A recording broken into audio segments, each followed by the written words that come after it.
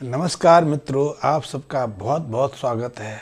अब जैसे कि पश्चिमी मत के अनुसार आपकी वृष राशि है, यानी कि आपका जन्म मई और जून महीने के मध्य का है। आपका जन्म 13 मई से लेकर 14 जून के मध्य पड़ता है। और यदि हम भारतीय महीनों की दृष्टि से देखें तो ज्येष्ठ और वैशाख और ज्येष्ठ मास के मध्य पड़ता है।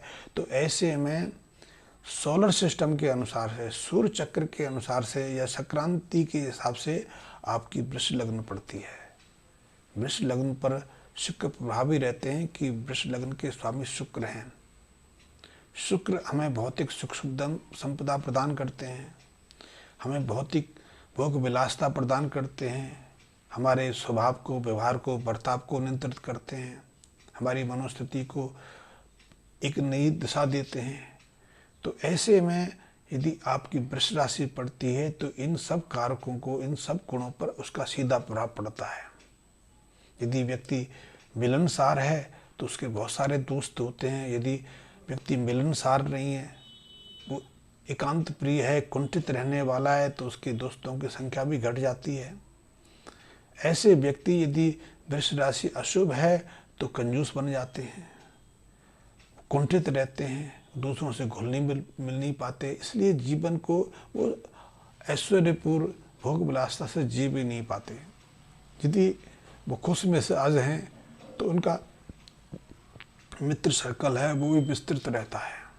तो ऐसे में यदि आप प्रेम पूर्वक रहना चाहते हैं, आप मित्रों का दायरा बढ़ाना चाहते हैं, या फिर यदि आप व्यवसाय के क्षेत्र में हैं, तरक्की उन्नति चाहते हैं, व्यवसाय को दूर दूर तक फैलाना चाहते हैं, यदि आपका व्यवसाय ट्रैवलिंग का है, टूरिज्म का है, टैक्सी का है, होटल इंडस्ट्री का है, आपका रेस्टोरेंट है, फूड इंडस्ट्री में आप रुचि रखते हैं या आपका रेस्टोरेंट है, या फिर आप फैशन डिजाइनिंग का काम करते हैं, या फिर आपकी रुचि डिजाइनिंग में है, मॉडलिंग में है, ललित कलाओं में है, नाचने गाने में है, या फिर भवनों को डिजाइनिंग करने में, इंटीरियर डेकोरेशन में है और आपको तरक्की नहीं मिल रही है, क्योंकि वृष राशि में ऐसी इच्छाएं बचपन से रहती हैं।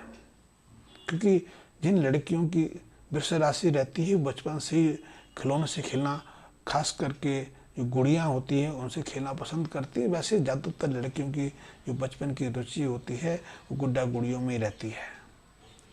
जो बच्चे जो लड़के होते हैं उनकी रुचि भी वृष राशि के माध्यम से इसी तरह की कुछ हो जाती है। इसलिए आज तो एक मनोवृत्ति ऐसी चलती जा रही है कि बहुत सारे लड़कों में लड़की जैसे गुण रहते हैं, लड़की जैसा व्यवहार दिखाते हैं, वो संकुचित रहते हैं, मिल नहीं पाते हैं, मिक्स नहीं हो पाते हैं। तो उसके पीछे भी काफ़ी हद तक वृष राशि की अशुभता ही रहती है। इसके लिए वो जीवन में एक कुंठित जीवन जीने की तब होते हैं, वो अपनी भावनाओं को व्यक्त नहीं कर पाते। भावना को व्यक्त नहीं कर पाते तो इसलिए उनका जीवन एक अभावपूर्ण, अपूर्ण सा ही रह जाता है। वो जीवन में ज़्यादा सफल नहीं हो पाते। वो अपने जीवन साथी के साथ भी ज़्यादातर घुल मिल नहीं पाते। वो अकेला रहना या एकांत जीवन जीना पसंद करते हैं। तो ऐसे में यदि आपकी वृष राशि है, पश्चिमी ज्योतिष के हिसाब से, पश्चिम मत के हिसाब से कह रहा हूँ, हमारे मत में पश्चिम मत में थोड़ा फर्क है। हम राशि चंद्र गति के अनुसार, चंद्र की जो गति होती है उसके अनुसार निर्धारित करते हैं, और पश्चिमी ज्योतिष में हमारा जन्म किस महीने में हुआ है उसके अनुसार राशि निर्धारित की जाती है। कि जो सूर्य हैं वो भूचक्र का परिभ्रमण करते हुए जो तारे हैं उनके समूह को हमने 12 हिस्सों में बांटा है। आपने सप्तऋषि का नाम सुना होगा। सप्तऋषि भी कुछ तारों का एक समूह है जो रात्रि में दिखाई देता है। अब तो उसमें हम ज़्यादातर लोग इसके बारे में जानते नहीं, लेकिन कुछ वर्ष पहले उसका बहुत महत्व होता था। जो रात्रि को यात्राएं करते थे, रात्रि को खेतों में काम करते थे, या रात्रि को जिन घर के बाहर रहना पड़ता था, या प्रातःकाल जिनको उठने की रुचि होती थी, वो सप्तऋषि को सहजता से पहचान लेते थे। उसके अनुसार ही अपनी रात्रि की जो कार्यक्रम थे उसको निर्धारण करते थे। अब तुम जानते नहीं, जैसे सप्तऋषि हैं वैसी राशियों का निर्माण भी जो तारे हैं उनके समूह के माध्यम से किया गया है और ज्योतिषाचार्यों ने ऐसे 12 समूह को सुनिश्चित किया है। उसके अनुसार 12 राशियां निर्धारित की गई हैं और इन राशियों को परिभ्रमण करते हुए सूर्य जैसे जैसे आगे बढ़ते जाते हैं, इसका अर्थ है कि वो एक एक राशि को क्रॉस करते हुए अपना एक भूचक्र पूरा कर लेते हैं। तो ऐसे में जो मई जून का महीना है वो तुला राशि के आसपास आता है। तो इस दौरान तुला राशि में सूर्य परिभ्रमण कर रहे होते हैं और ऐसे में ऐसे जातकों को अंदर शुक्र का प्रभाव रहता है, तो जो मैंने बताया। तो ऐसे में यदि भाग्य वृद्धि करनी है, आपका भाग सोया हुआ है, आपकी जो उपलब्धि हैं वो सहज नहीं है, आपके व्यवहार में भी वो खुलापन नहीं है, आप संकुचित सोचते हैं, तो ऐसे जातकों को रोमन पश्चिमी सभ्यता के हिसाब से कह रहा है। हमारी सभ्यता से देखें तो वृष राशि वालों को उपल धारण करना चाहिए या डायमंड पहनना चाहिए, या डायमंड के जो उपरत्न है वो धारण करने चाहिए, सफ़ेद टोपाज भी पहन सकते हैं। लेकिन पश्चिमी ज्योतिष कहता है कि जिन जो जातकों का जन्म मई और जून के महीने के अंतर्गत हुआ है, उन्हें अपने लिए भाग्यशाली रत्न के रूप में पन्ना का चुनाव करना चाहिए। पन्ना बहुत अद्भुत रत्न है, ये हमारी बौद्धिक क्षमता को प्रभावित करता है, बुद्धि को तीव्र करता है, हमें बुद्धिमान बनाता है, हमें व्यापारी बनाता है, हमें भौतिक सुख साधन प्रदान करता है, हम युक्ति के अनुसार सोच पाते हैं और अपने आसपास बहुत सारे सुख समृद्धि इकट्ठी कर पाते हैं। तो ऐसे जातक जिनका जन्म मई और जून के महीने में हुआ है, उन्हें अपने लिए भाग्यशाली रत्न के रूप में पन्ना धारण करना चाहिए। पन्ना के माध्यम से वो अपने सोए भाग को जगा सकते हैं, अपने जीवन में अपार सफलताएं, अपार जो उपलब्धि हैं वो सहजता से प्राप्त कर सकते हैं।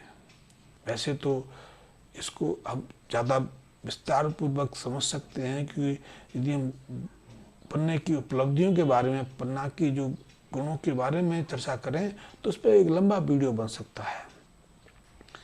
प्राचीन समय से पन्ना को एक अद्भुत रत्न इसलिए माना गया है कि वो हमारे जीवन में यदि कोई दुर्भाग्य पैदा होने वाला है, कोई संताप आने वाला है, कोई दुखद स्थितियां होने वाली हैं, तो पन्ना अपनी चमक के माध्यम से हमें पहले सूचित कर देता है। या फिर यदि हम किसी तरह का विषाक्त रसायन पीने वाले हैं, हमें दिए जाने वाला है, हमारी हत्या की जाने वाली है, तो उसके माध्यम से भी पन्ना अपना रंग बदल के हमें संकेत प्रदान कर देता है। इसलिए पुराने ज़माने में राजा महाराजा संपन्न जो लोग होते थे, उस जमाने तो जहर देना, एक दूसरे की हत्या करना एक आम प्रचलन में था। तो ऐसे में अपने को सुरक्षित रखने के लिए पन्ना के बर्तन उपयोग में आते थे। पन्ना के माध्यम से हम ऐसी जो तिकड़में होती थी, ऐसी जो योजनाएं बनती थी किसी को समाप्त करने की, किसी को नष्ट कर लेने की, किसी का धन अर्जित करने के लिए, तो पन्ना उससे हमें सूचित कर देता था। पन्ना में और भी कई अद्भुत गुण हैं। पन्ना धारण करके हम जो मंद बुद्धि बच्चे हैं, जिनकी बुद्धि पूरी तरह से विकसित नहीं होती है, जो अपनी बुद्धि को साधारण स्तर से ऊपर नहीं उठा पाते हैं, जो सामान्य कार्य करने में भी अपने को असफल महसूस करने लगते हैं, उनकी बुद्धि की वृद्धि के लिए, उन मस्तिष्क की क्षमता में वृद्धि करने के लिए भी हम पन्ना की मदद ले सकते हैं।